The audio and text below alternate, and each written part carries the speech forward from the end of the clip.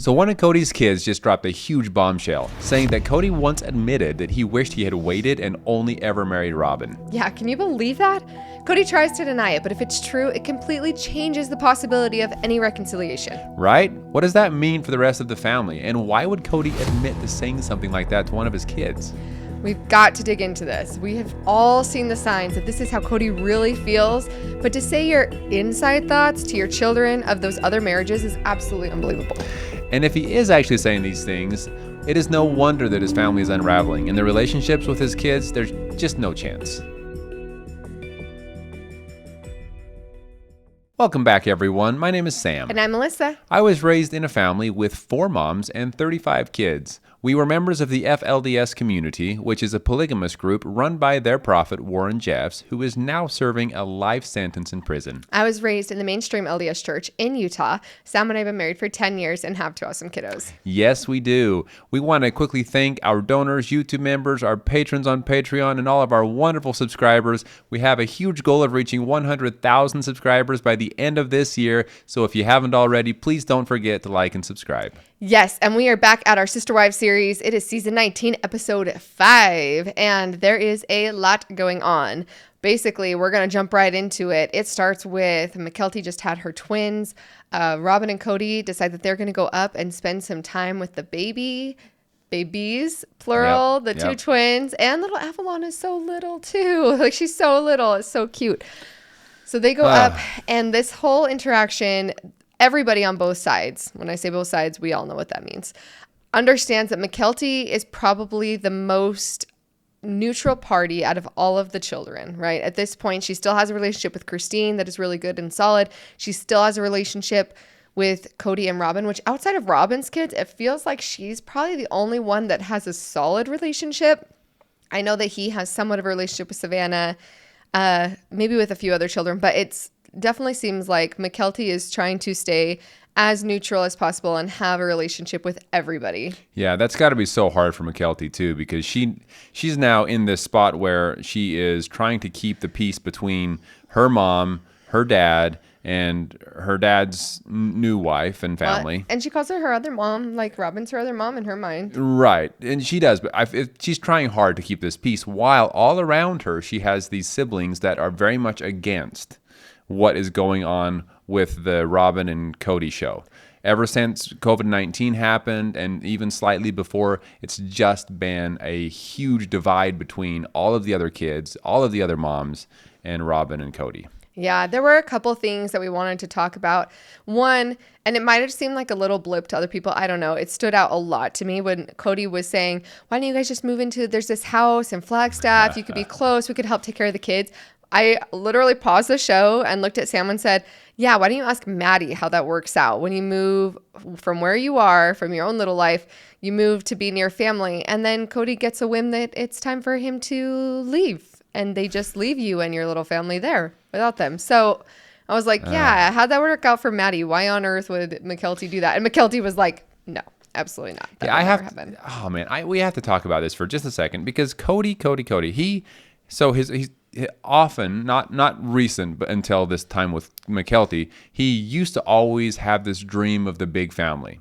So when he said, like, the big family together in Flagstaff, so when he said, we could just build a big house and you could come live with us, like that's something that he used to always say. But now him saying that just feels so wrong and so different because of everything that he has put the rest of his family through. To say that, we know based on his actions and the things that he has said that there's no chance and there's no way he wants this big family again. He does not want it. So why would he even joke about something like that to Mykelti? I don't really even understand why he would say that. Well, he does want it with anybody who's loyal and respects him. And so I think in his mind, Mykelti and her family fit into that. And so he sees it. I think that during this trip, and Robin, I think, said it in one of the interviews, that when Cody's not his angry, grumpy self, like when he was visiting the twins, I felt like we got a glimpse of the old Cody for a second. Yeah. And there might have been a moment there where he just had a lapse of remembering the current state his family's in and went back to that dream of when he presented the big house for them all to live in Flagstaff and he was so excited, right? I feel like Yeah. that was the Kody that we saw in that moment with Mykelti, was this idea of like, oh, we could help take care of our grandkids and da da da da da. And then like reality is going to slap him in the face and be like, oh, wait, I ruined all of that. The possibility of that happening. But just the episode before this one, he told Robin, and he even admitted it again in this episode, that all he really wants to worry about right now is his relationship with Robin and making sure that is good. That's my point. That's my point. Yeah. He doesn't care about the other relationships. He wants to focus and work on his relationship with Robin and make sure everything is good there. So when he says loyal to the family, he simply means loyal to me and Robin, not everyone else that's included in the family. Him and Robin family. That's the family he's referring to being loyal to. Yeah. Well, and when he talks about loyalty too, just piggybacking off that, I don't know if I've thought about it this way, but when you just said that being loyal to him and Robin, he is totally disregarding and angry when they are loyal to their mothers. Yeah. What do you expect? Yeah. Kids are going to have loyalty to their mothers, especially when their mothers have been the ones that have treated them the best. And he's angry that they're loyal. Like, that's where the divide comes, right? They're loyal to their mothers. And in typical situations, you should be grateful that your children are good to their mothers. Yeah. But not in this situation, not with Kody. There were a couple interesting things that we were very curious how all of you felt about eating placentas. Ooh, boy. So Mykelti brought this up, that she ate her placenta. She had it put in capsules, and she's eating them. However, she did say, and she showed a picture, or they showed a picture of her taking a big bite out of the placenta after giving birth to the twins. And I know this has nothing to do with the sister wives storyline, but I had to bring it up for a second because I've definitely heard of getting them encapsulated, particularly from, we know Robin says she's the first one that did it and her midwife introduced it. We actually know personally her midwife, not closely, like we're not close friends, but we know of this person. They live in St. George. And so like I had also heard about it from that same midwife, is a very popular midwife in St. George. And so I've heard about it before. Is this what people do? Please let us know. Is this something that is common? Is it something that a lot of mothers are doing and it just doesn't get talked about it? I feel like in my experience in St. George, the only people that I knew that encapsulated their placentas are people that had home births, and a lot of the women that had home births with this particular midwife.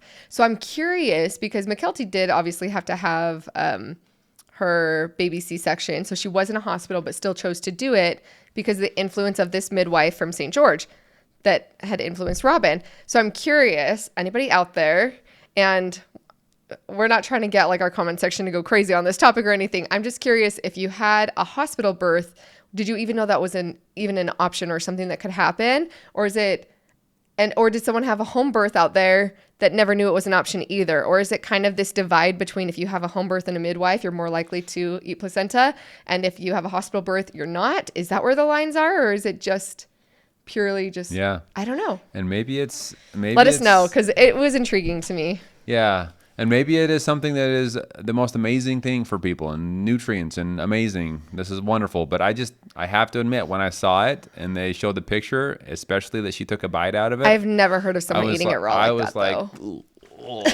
I know people who have done the capsules thing, and I've never heard of someone eating it raw like that. So let us know below if we're the only ones who think that was like a little bit left field, or if that's something that's more common. Again, we're not trying to like have anybody debate whether or not it's good for you, because I think everybody should be able to do what they want. So if Mykelti wants to do that, or if anybody chooses to do that, like, good for you, do what's best for you and your body.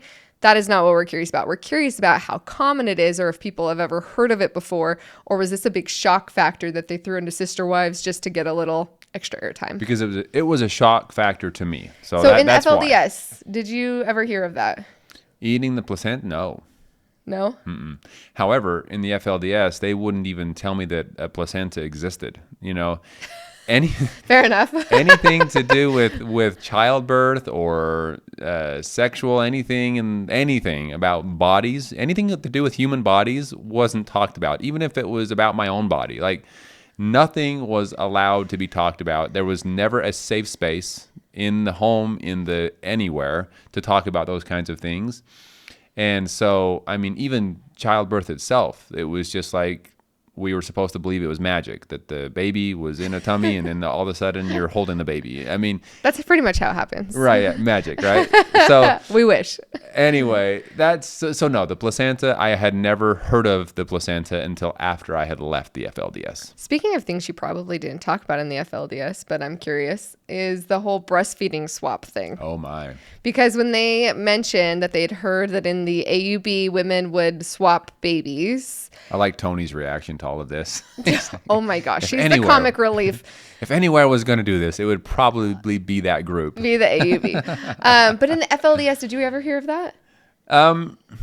So I have heard of people doing it. Like, I had heard whispers about it throughout the FLDS, but I had never seen another mom breastfeeding a different mom's baby. I never witnessed that in the house or in the community at all. Whether it happened or not, maybe, because I did hear rumors about people doing that.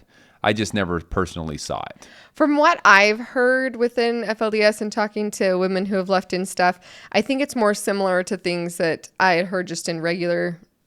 When I say regular, I mean outside of fundamentalism. Like if it's a necessity or something, or I heard this recently from somebody that I had no idea would have, and they said like their sister's baby needed food, and so they breastfed their sister's baby, and that was mainstream LDS. So I think it's more of like Robin was saying, yes, it happens. It's more out of like necessity, or if the baby needs to eat and you're watching them and they're hungry and they're a breastfed baby, then you would just feed them. See, and this is where I think it comes down to depending on the family, because, or even the tight-knit community that you happen to be socializing with, because Christine, that came from the same community, said, no, I never saw that. That never happened.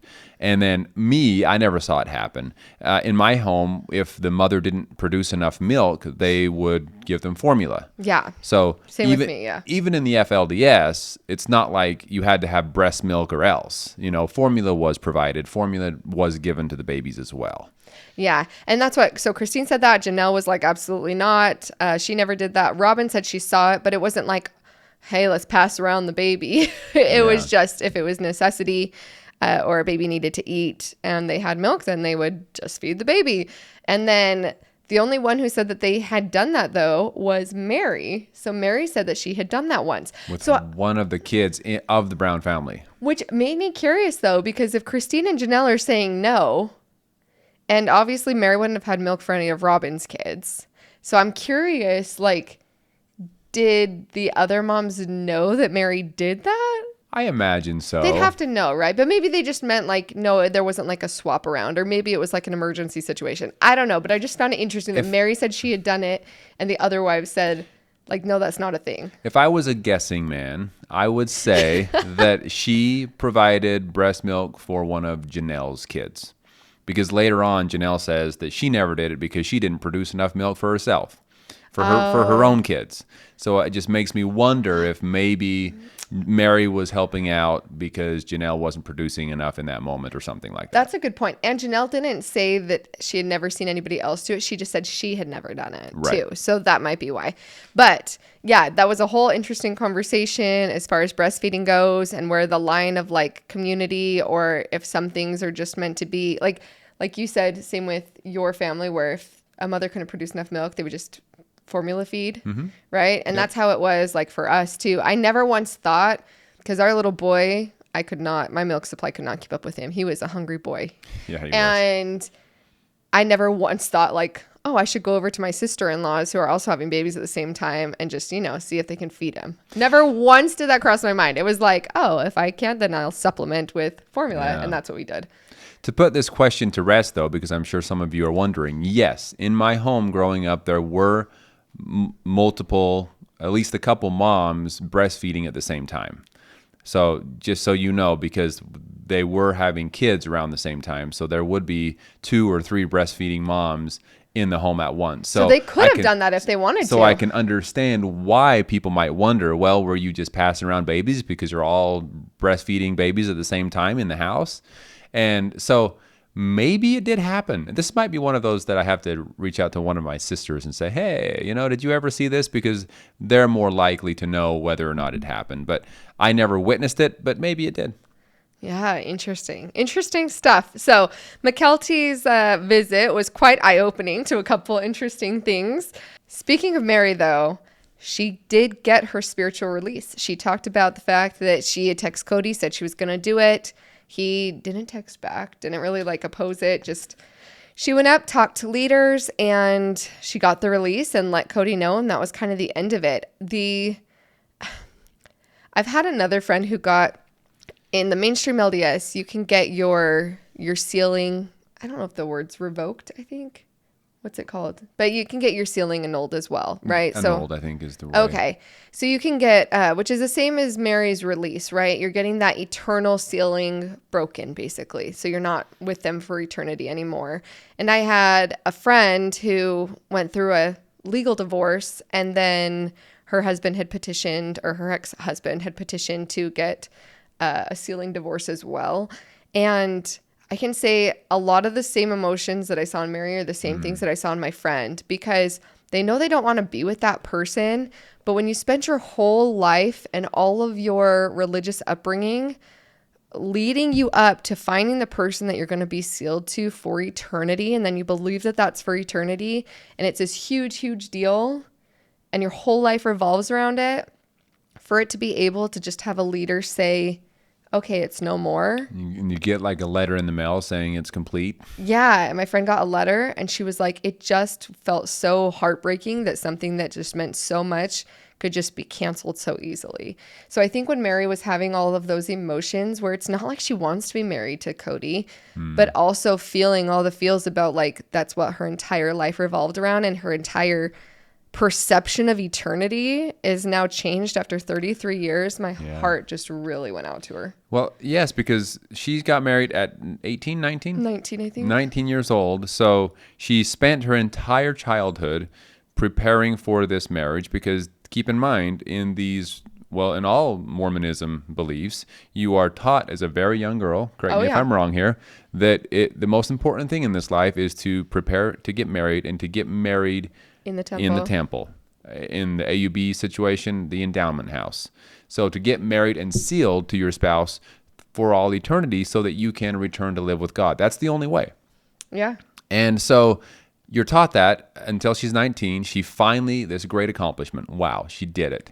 And then she goes 30-something years, 33 years of living this way and being sealed to this man, even though it was the rockiest road you can imagine. But she stayed with it because of eternity, too. Right. It adds that extra emphasis. You're taught your entire life that it's a bigger deal for you to get divorced than what it is for regular people, or for Gentiles to get divorced is not a big deal, but for you, it's a big deal. It's kind of what you're taught. Yeah. And so then it finally comes down to it, and she's in her 50s now, and she is just, everything is gone that she's worked for her entire life for the eternities is gone, and she's starting over. I mean, that's just more than most people can comprehend mentally that she is going through with this whole thing right now. Yeah. So anyway, I just wanted to emphasize that it's more than just, oh, well, I don't want to be with him, and I don't want to be with him in the eternity, so I'm going to cancel this. It's a very emotional thing, especially when it comes to something that's so closely tied to your spirituality. Mm-hmm. I thought it was interesting, how each of the other wives were reacting to it, because Christine was saying, good for her. I'm proud of her for doing that. That's awesome. Christine never felt the need to get a spiritual release because she doesn't believe in it anymore. Janelle was kind of more in the middle. She's like, oh, good for Mary for doing that. She's like, we've been out of the community for so long. Janelle felt she's like, I don't even know who I would talk to because those aren't my church leaders anymore. We've been away from the community. I don't even know where I would go to get that done. Because Janelle's mentioned before that she still believes in plural marriage. She would even be in another plural marriage. So I think she still has the faith component, but she doesn't have the organizational component of being a part of that organization to be able to know how to go about even making that happen. And then Mary obviously still has close ties to the community, or close enough to be able to go and get that release. I have to say, it's got to be hard for these women as well, because when you're married in the way that they were married, they are married with this idea that the husband is to be some type of spiritual leader within the house. Mm-hmm. And yes, Cody, I'm not going to call you a patriarch if that makes you sad. He went on and on and on about how he's never lived that There was that lifestyle one time as a he said that. patriarch. He was angry one day and said that. But anyway, whether you want to call it patriarchy or not, they are under the impression that the husband is to be a spiritual leader. And that's why you would see in the beginning of the show, Cody would stand up and kind of lead Sunday school or church services and things like that, because it is his duty within that religion to be the leader spiritually. And so all these women are married to this spiritual leader, and then he goes off the deep end in everything that he's been doing and what he has become.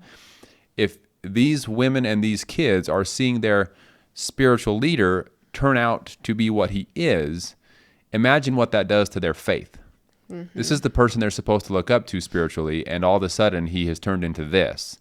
And now he doesn't believe either, and he has treated his family poorly in all these different ways. So I can imagine that for someone like Janelle, even though she's like, whoa, I don't know, I still thought I believed this, but after seeing everything go on within the family, it might really be hard on her faith. Yeah. Well, and Cody didn't go into details, but Mary mentioned the fact that she got the release based on what they considered abandonment. And that's the appropriate title, I think, for what happened between him and Mary was abandonment. You could tell Cody did not care for that, being told that he abandoned her, because we all know he tried to ghost her and make her run away from him so that he could kind of have his hands clean. And for him to be held accountable for the abandonment that he did of Mary made me really happy that at least the church leaders were able to recognize that. Well, it's funny because he even admits that the reason he doesn't like the abandonment word is because it makes him look bad. Yeah, that's true. Like, he straight up admits that. Like, it's just mind-blowing to me. He's like, I don't care about Mary. I don't care about her feelings. I don't care about anything. The only reason I care about this abandonment word is because it makes me look bad. Yeah. Like, that's literally what he is saying, and will admit to it, that it makes him look bad to the other peers within his church, which is just mind-blowing to me. So, And it's like, no, Cody, the way you treated Mary for years and years and years on national television is what makes you look bad. well, and he did abandon her for sure. I mean, first of all, it was emotionally. He just wasn't emotionally there for her. And I personally believe that the only reason that Mary got caught up in the catfish stuff was because he abandoned her. Oh, 100%. I don't think she would have ever done something like that if he had been in her life. Yeah. He just wasn't there for her. Well, and now he's in the process of, the full page hasn't been written, we'll say that, but he's in the process of choosing whether or not he's going to continue to abandon his children. Is it going to be full abandonment, or is he going to try to step up and do what's right with his kids? Because Janelle talked about the fact that, you know, he sees Savannah every couple months. He'll go take her out. Everything's great. Everything's dandy. But then in between, there's like very, very little contact and very little talking between them. And that he's just kind of not a very present father, which Janelle mentions the fact, like, this is not the Cody that she married. This is not the Cody that she'd been married to forever. She talks about the fact he never used to use the words like loyalty and respect, and even the way he talks is different. But she's like, he was always a very present father. And the moment that he stopped being that to her children is the moment where it became easy for her to step away and say, I need my space and I don't want this because you're not being a good father to my children anymore. Yeah. Basically, when starting with COVID. Yeah, and I really think that his words and the verbiage that he would use started to change once he married Robin. It seemed like it was all about the family. And then Robin came in, and all of a sudden the loyalty and things like that started to come into play because he expected people. It was almost like his way to excuse himself and his actions, because he was, and everybody knows this, he was spending more time, more attention at Robin's house and for Robin. And so it was his way to excuse himself by saying, well, they're just not being loyal to me. So that's why I'm not there. They're not being perfectly, obedient to my whatever. And so that's why I'm not there. It's not because I love Robin more, which we all know. Well, and now he says it. Now he will admit that. But at first, I don't think he would. He just started using those words to make it seem like it wasn't his fault. It was their fault. Yeah. Well, and in this episode, the kids talk about the fact that they said that COVID gave their dad the opportunity to do what he had always wanted to do, which was be able to have an excuse to be able to spend more time with Robin. All the things that you were just saying. Like, COVID gave the excuse, in addition to using those words, it gave him like an opportunity to use those words even more and use them and like weaponize them all the time against his own children,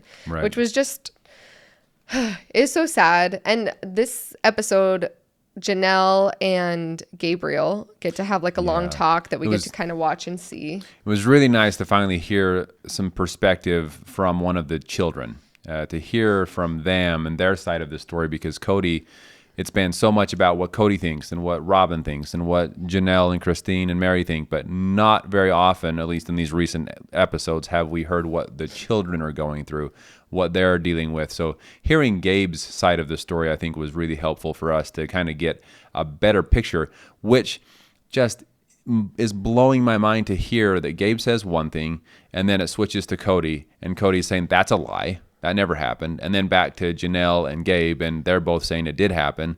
And then, so somebody is just straight up lying here. And based on other things we've seen in the past, we all think that it's Kody. Yeah, well, they talk about specifically, the kids had told Janelle that Kody said out loud to the kids that he wished he had waited and just married Robin. And I know we talked about this a little bit last episode, but to actually say that to your kids and to think that that's not going to cause them harm when Robin is not their mother is outrageous. And yeah, Kody did deny it. He's like, oh, I never said that. That's a lie. Exactly. That's what I wanted to point out, is that's one of the things he said. I never said that. Now, whether or not you use those exact words is one thing, but if as a child, if you are one of the children involved here and you see the actions speak louder than words, right?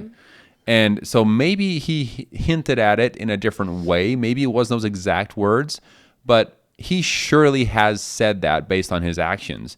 And he has said things similar to that, maybe not those same words, on live television that we've all seen. Oh, yeah. So I think it's pretty clear that he has said that type of thing, if not those exact words. Well, and saying like, my only crime is not loving your mothers as much as Robin. Okay, that paints a very clear picture about how you feel about their mothers, right? And it might not be in the exact verbiage that's being said here, but it is the same thing. He's saying the same thing in different ways and then trying to deny it because, well, that's not, quote, exactly what I said that one time. But here's the thing, is he has said multiple times on the upcoming and in past seasons, I wish I had never married her, referring to Mary in this case. Oh, yeah. But still, that's one of the moms that you have definitely 100% said, I wish I had never married you. And it's seeming like he has hinted at that same tone towards the other wives as well. Yeah, it was just sad. And I mean, you can tell that Gabriel does mention and give Kody credit for reaching out. Like, he's like, he reached out to me. He texted me. He said that he missed me. But even then, Cody's just having such a hard time with his ego and his pride, because Gabriel said, he said he forgave me, and can I forgive him? And Gabriel's, but like, what do I need to be forgiven for? Like, it's like a backhanded apology to say, well, I forgive you, so hopefully now you can forgive me. Based on what Gabe said, to me it felt like the conversation went a little bit like this. I'm Kody. This is me. I'm Kody. Son, I am sorry that you did something so bad to the family. I'm sorry that you did that, and I forgive you for that. You need to forgive me now. Right? Like, he almost made It's not a real apology. He made it sound like it was like your fault. I'm sorry you did that. I don't feel like he's apologized for the things that he had done. And Gabe even said he in order for the things to be resolved, Kody here would need to stand up, take some responsibility for his actions, and actually apologize and try to make things better instead of just pretending like it's everyone else's fault. Yeah, I think that's probably the more frustrating thing for, the kids that we have heard stuff from and heard how they felt. It seems like him not taking accountability is like the biggest issue they're all having. Yeah. And I think you can forgive people for, okay, you don't love my mom the way that you love Robin. That might be something that they could work through or forgive them over. But the way you treated my mom is unacceptable. The way you talk about my mom is unacceptable. And you're not willing to take accountability for the way you treated people or the way you talked about them. There's like, how do you move through that? Right? So it's just sad. The one thing too that surprised me a little bit that Gabriel said, speaking of working through stuff, is he was saying that he's hopeful and hopes that he can get back to having a relationship with Robin's kids, which this shined a lot of light on that whole situation of us constantly hearing the narrative that Robin's kids were never accepted and no one was ever nice to them and blah, blah, blah, blah. Like, I've always felt like that was BS from the beginning, because you see over and over and over and over this family, like, trying to have the kids be incorporated. They were all there and supportive through parties for when they got adopted. Even in high school, like, and Gabe was saying this, he's like, I was super close with Aurora. I would go on my way to try to like go and connect with Dayton whenever he could. And he wants those relationships back. Yeah. And it just kind of solidifies in my mind. I'm like, they had those relationships. And then when COVID hit, they each had to stay loyal, if you want to say, right, to their parents. And they all chose to stay loyal to their mothers. Right. And it separated the family.